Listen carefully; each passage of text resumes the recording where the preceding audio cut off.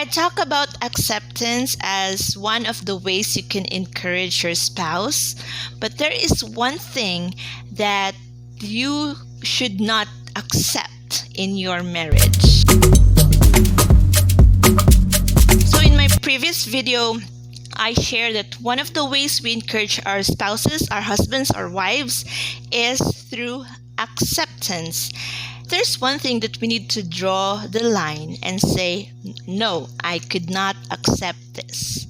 And that is abuse. November 25 is the International Day of Elimination of Violence Against Women, and December 10 is Human Rights Day. United Nations Women decided that the duration from November 25, the International Day of Elimination of Violence Against Women, and Human Rights Day will be spent to actively campaign, spread awareness against gender-based violence against women and girls. In this pandemic, when everybody is in the lockdown, there is an alarming increasing rate of gender-based violence or domestic violence.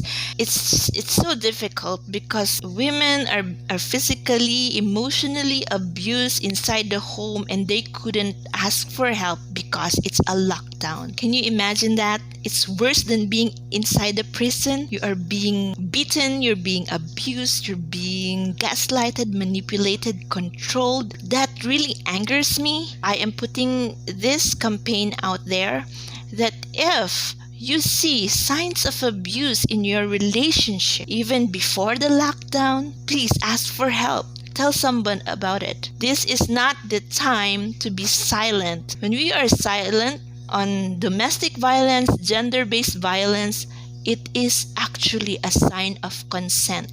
There are red flags that we need to look out for. Run.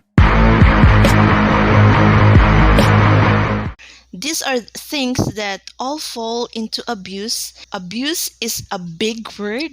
It is seen in many forms, and it could start in little ways. Jealousy could be acceptable, it could be understandable, but the extreme jealousy, it could be he's jealous when you talk to another friend.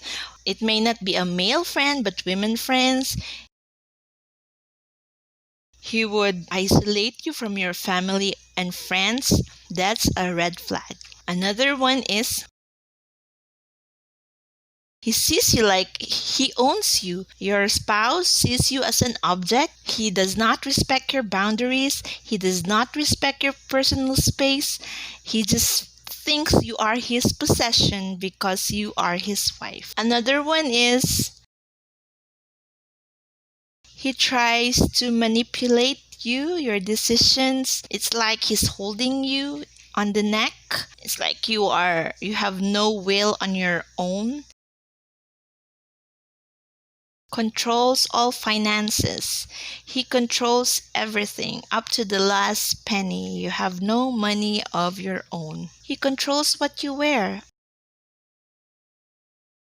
Privately or publicly, that is an emotional abuse. If your husband puts you down, if it's demeaning, if he embarrasses you, then that is a red flag. It may just be that now, but it could grow into a more abusive type of relationship.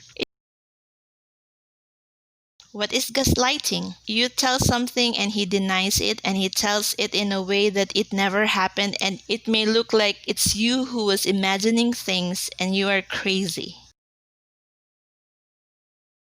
If you feel like you are walking on eggshells, that when he arrives home, you feel that there's tension in your body because he may be angry at you when things are not perfect the way he likes it, or you're too afraid to speak up, or you feel unheard in that relationship, those are just the first stage.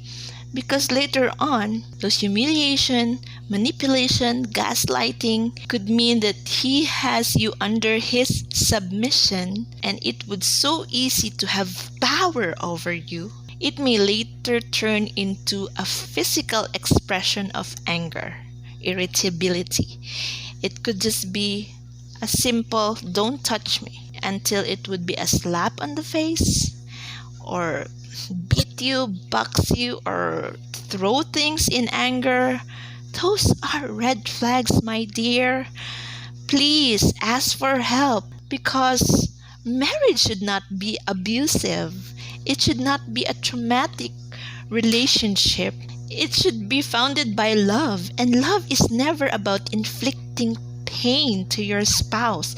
Marriage is founded in love and respect. If you feel that you are no longer respected on your relationship, respect yourself. If your husband couldn't respect you enough, find that dignity and courage to respect yourself and ask for help.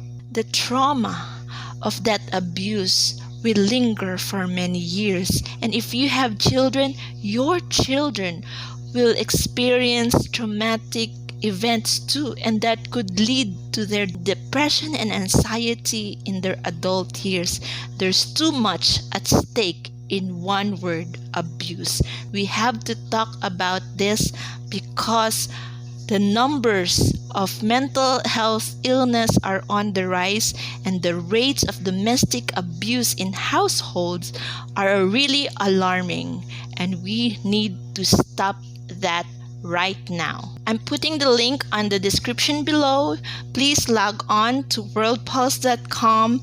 Tell your story, because your story is your power. Brené Brown, a researcher of vulnerability, she studied about vulnerability, and she has this to say: you make shame bigger when you keep it inside you.